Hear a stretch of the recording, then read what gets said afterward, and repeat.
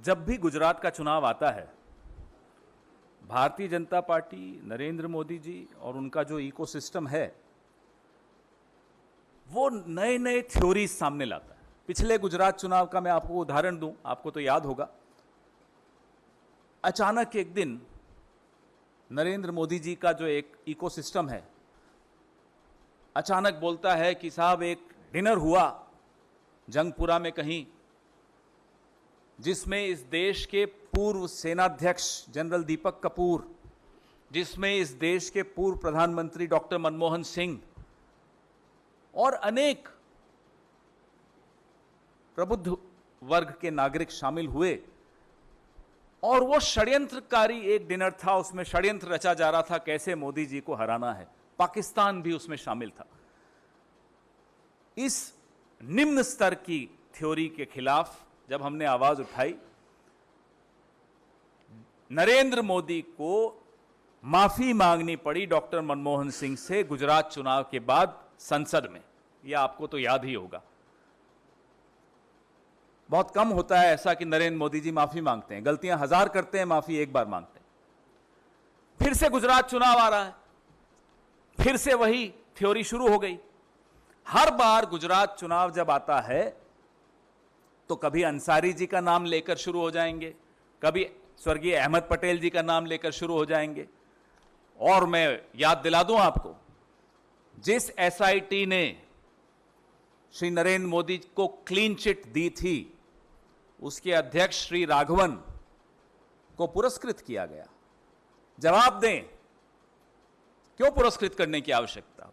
वो तो अपना काम कर रहे थे। उनको रिटायरमेंट के इतने सालों के बाद राजदूत बनाने की आवश्यकता क्यों पड़ी? तो नरेंद्र मोदी जी को अब समझ लेना चाहिए कि काठ की हांडी बार बार नहीं चढ़ती। हर बार चुनाव आता है तो आप कभी किसी मुस्लिम नेता का नाम जरूर लाएंगे। आपको 8 साल में आपने कोई अच्छा काम नहीं किया जो दिखाकर आप जीत सके अगला चुनाव।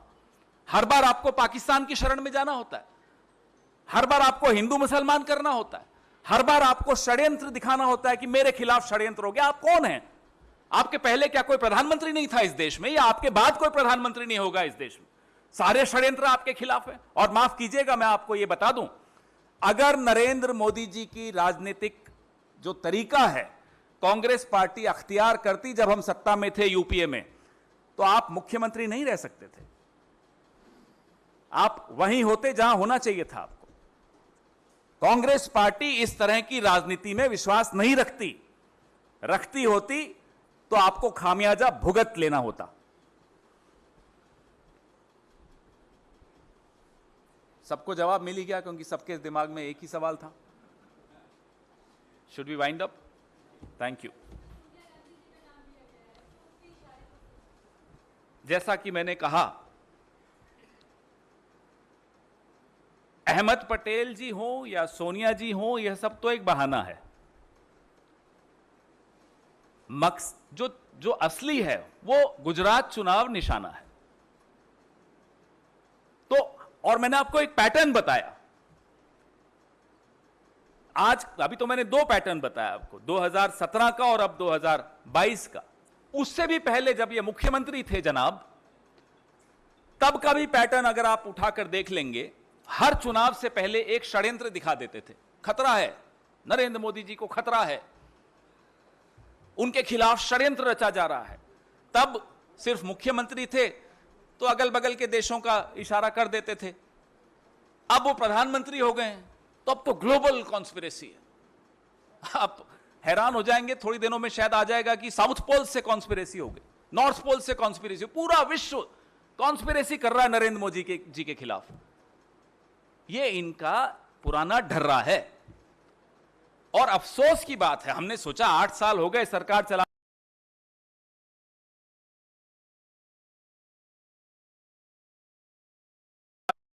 वो दिखा के चुनाव जीतेंगे, वो अब कर नहीं पा रहे। अभी मैं पिछले हफ्ते गुजरात में था, हाईवे पर जाम था। हाईवे से निकलकर मैं बगल के रास्तों से लोकल्स ने बताया कि यहां से चले जाइए। सड़कों की हालत अगर आप देख लेंगे तो आपको बिहार की सड़कें पसंद आ जाएंगी। यह हालत थी सड़कों की। तो आप 30 साल 28 साल से आप गुजरात में आपकी पार्टी की सरकार है, गुजरात की असलियत सबके सामने है। अब उस असलियत को ढकने के लिए ये इस तरह की थ्योरीज लाते हैं कि अब मेरे खिलाफ षड्यंत्र हो गया, इसमें मुसलमान जरूर नाम आएगा कि मुसलमान शामिल थे, विपक्ष शामिल था, कभी अंसारी जी, कभी अहमद पटेल जी, कभी डॉक्टर मनमोहन सिंह, और तो और पूर्व सेनाध्यक्ष जनरल दीपक कपूर भी इनके खिलाफ षड्यंत्र कर रहे थे। बताइए, इससे ज्यादा छुई मुई प्रधानमंत्री मैंने नहीं देखा। न निंदा सुन सकते हैं, न पत्रकारों के सवाल ले सकते हैं, न विपक्ष के सवाल ले सकते हैं।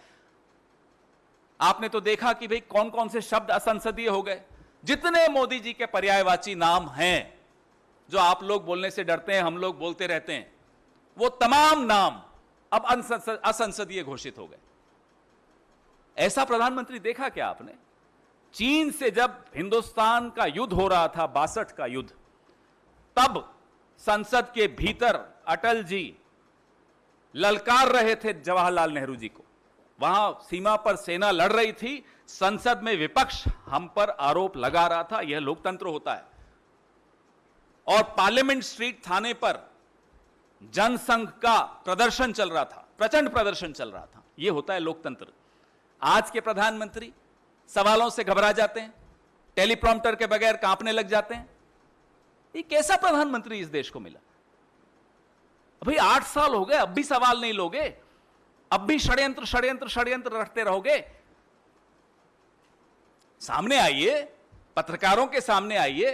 अपने ही हैं, कोई पाकिस्तान के नहीं है। मुझे तो नहीं लगता इनमें से कोई पाकिस्तान का है, सब हिंदुस्तान के पत्रकार हैं। इनसे सवाल लीजिए, दोस्ती बनी रहेगी, घबराइए मत।